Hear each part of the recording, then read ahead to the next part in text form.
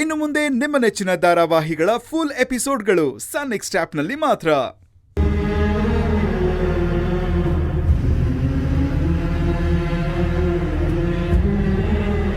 So ನಾವು ಪ್ರಯತ್ನ ಪಟ್ರೆ ಏನ್ ಬೇಕಾದ್ರೂ ಮಾಡ್ಬೋದು.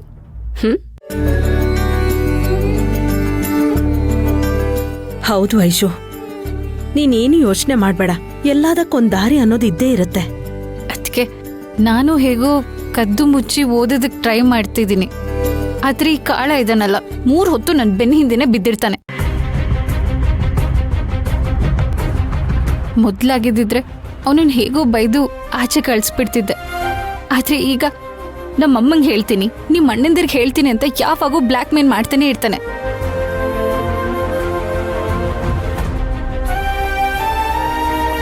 ಅದಕ್ಕೋಸ್ಕರನೇ ನಾನು ಹೆದರ್ಕೊಂಡು ಅವನಿಗೆ ಬೈದೆ ಏನು ಹೇಳ್ದೆ ನನ್ನ ಕೋಪನ ಕಂಟ್ರೋಲ್ ಮಾಡ್ಕೊಂಡಿದ್ದೀನಿ.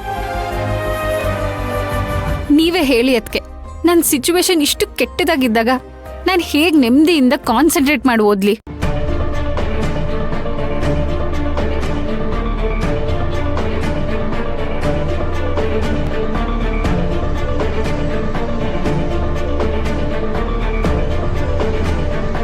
ಅದಕ್ಕೂ ಏನಾದ್ರೂ ದಾರಿ ಹುಡ್ಕೋಣ.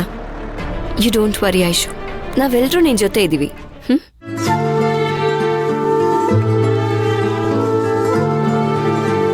ಹೌದು ಐಶು, ನೀನು ನನ್ ಮಗಳಿದ್ದ ಹಾಗೆ.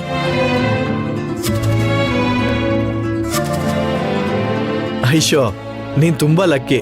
ಯಾಕಂದ್ರೆ ಎಲ್ರಿಗೂ ಒಬ್ರೇ ಅಮ್ಮ ಇದ್ರೆ ನಿನಗ್ ನೋಡು 5 ಜನ ಅಮ್ಮಂದ್ರು.